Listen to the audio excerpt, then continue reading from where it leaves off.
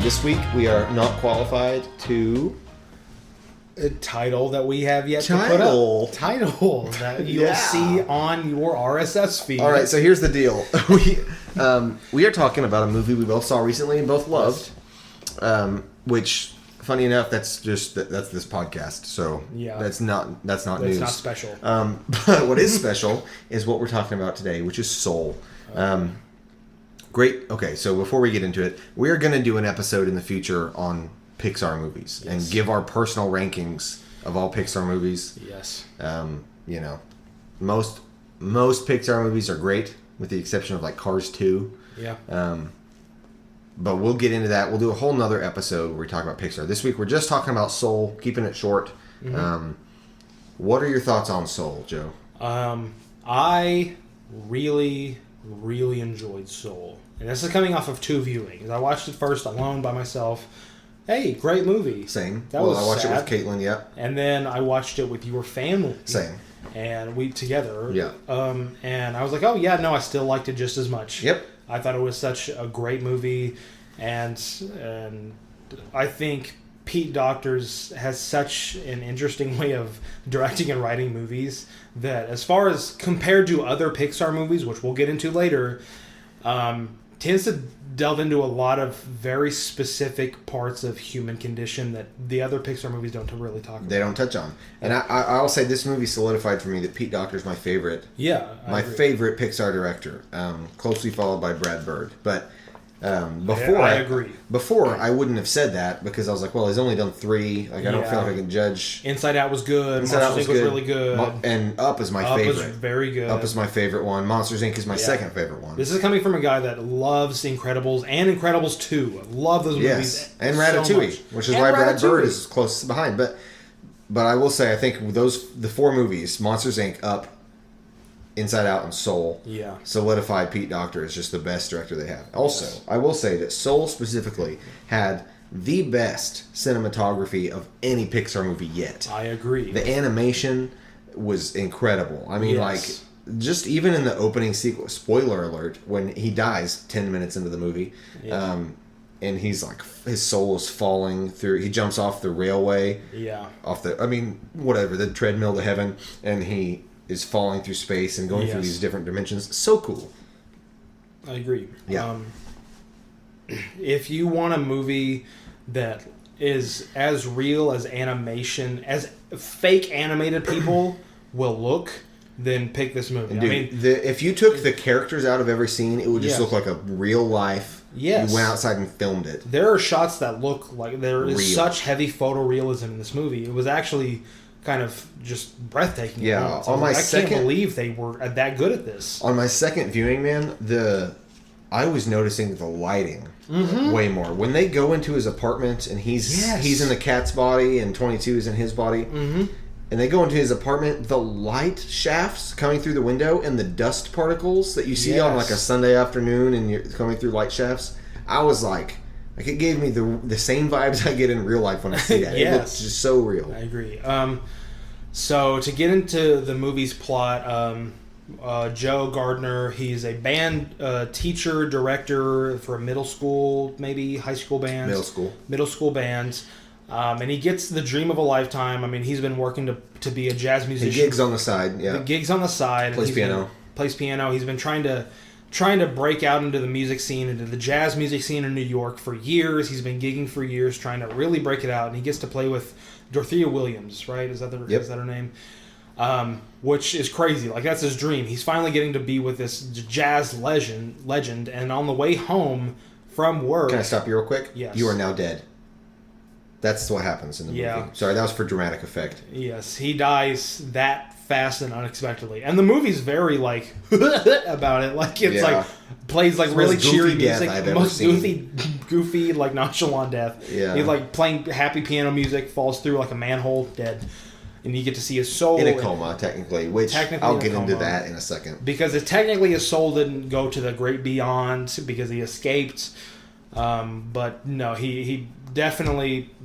quote unquote died in that moment, and it was, you spend the rest of the movie of him trying to get back into his body, and then he spoiler alert, winds up in not his body while the soul he was with is in his own body, and they just navigate life together. So what is interesting is his main motivation is, so apparently in this afterlife, by the way,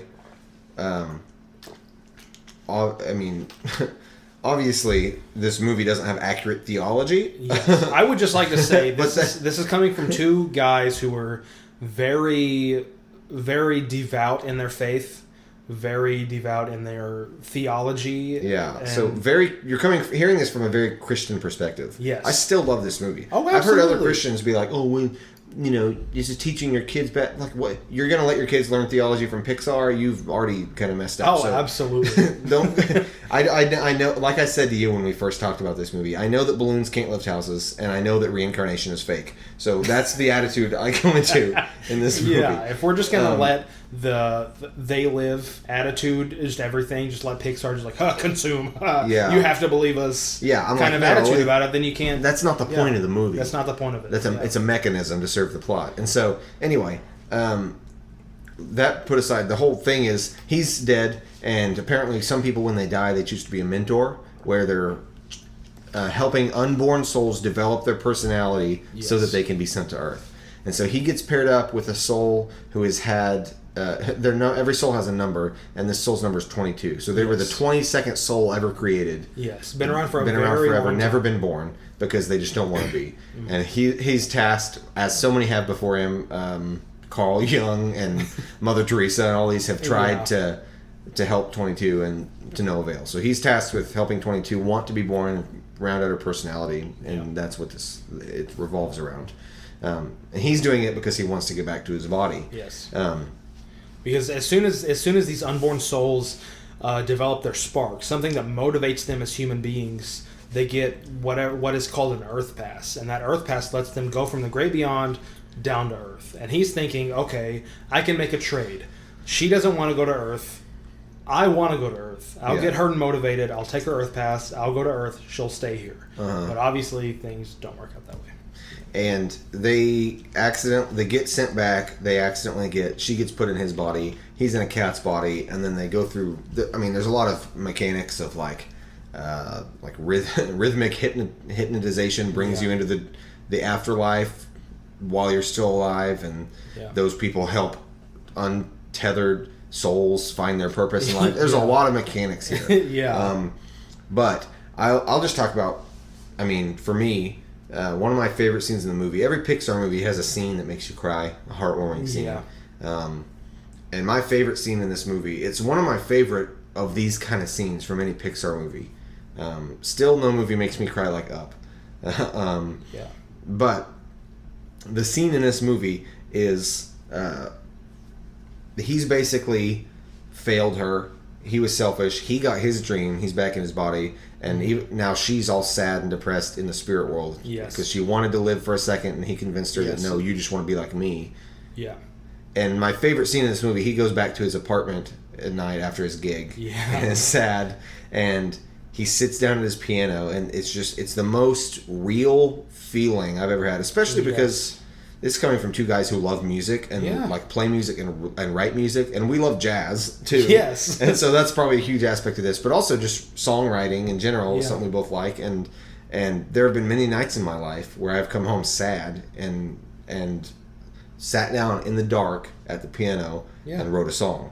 And that was the feeling I got from this. He sits down at the piano, he lays out the objects in front of him that remind him. The mementos that she has collected over the course of this day in his body. That remind him of her, and then he just plays piano. Yeah. And he and what's so cool about it is a lot of movies will play on your emotions by like tethering it to another character. Yeah. So like they're remembering, he didn't sit down and just remember 22 or remember a girl he's in love with or remember his mother or anything. You know what I mean?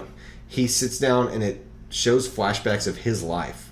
Yeah. From his childhood, playing with his dad and growing up with his mom. And man, that hits me hard. Yes. Because that's something you don't see a lot in movies. Yeah. It's like him being sentimental about his own life that we haven't even seen in this movie. Yeah.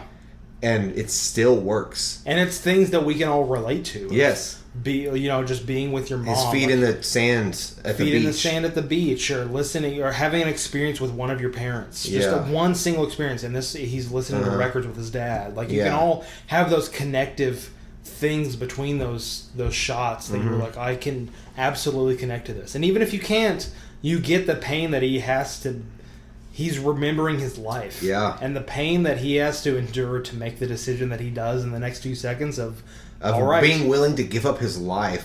First 22 to have her own. Is and that's sad. Him sitting there playing piano and realizing he has had a good life. Yeah. And that he can give it up for somebody who wants it more. Yeah. Man.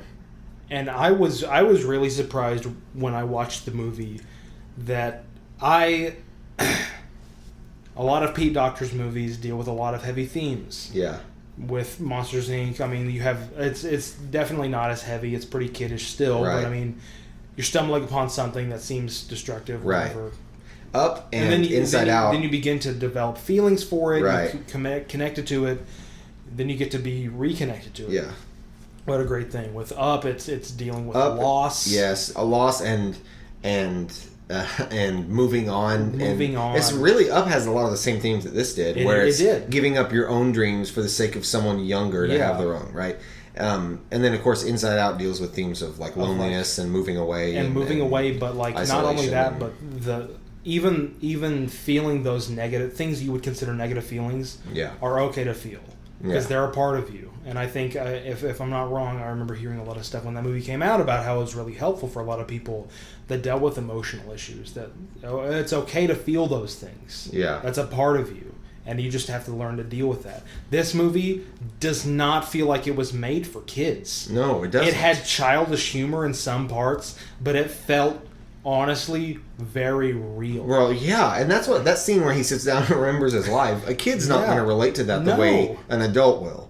That's a scene written for adults. Yes. Yeah. But you have this story of a man who is chased after a dream and vanity and has wound up empty-handed. Yeah. And he has to just make do with what he has, and he realizes that the life he's had, he actually really loved. And you know what? He's willing to give that up for somebody else. Yep. And even when he was walking through the Hall of Me, or whatever it was, where he's going over his life, and him and 22 were like, wow, my life was kind of depressing. Like, this amounted to nothing. This was in pursuit of nothing, of vanity, of such a chance that, you could never achieve something like this.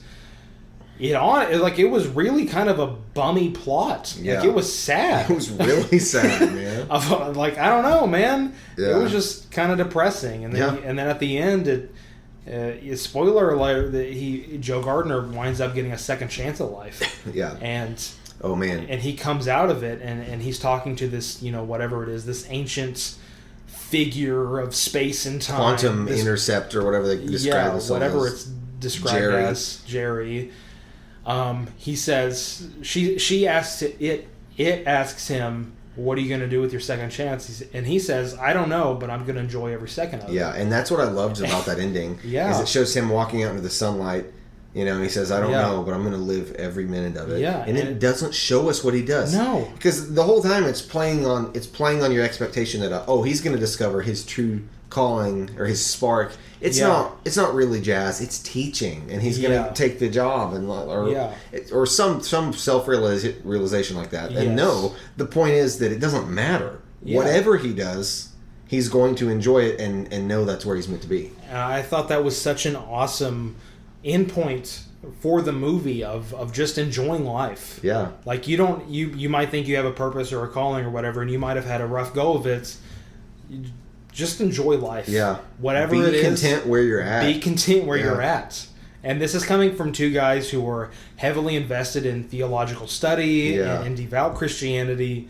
I mean, it not only obviously gave what we consider to be pretty hard suggestion as on Disney Pixar's part of pro-life. I mean, we talked about that during the movie, that it was like, it definitely had those implications. Yes. Like if you follow this through to its logical conclusion, for sure. Absolutely. Yeah.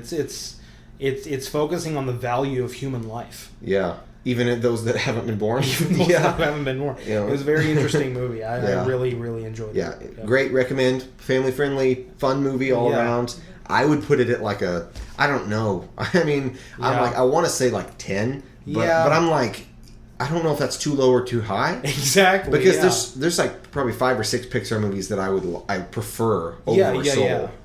But also, I would put most of them on the same level of like, I love all of them. I don't know. So I'll say 10. I'll say 14. Cool. Yeah. All right. Good movie. Highly recommend. See ya.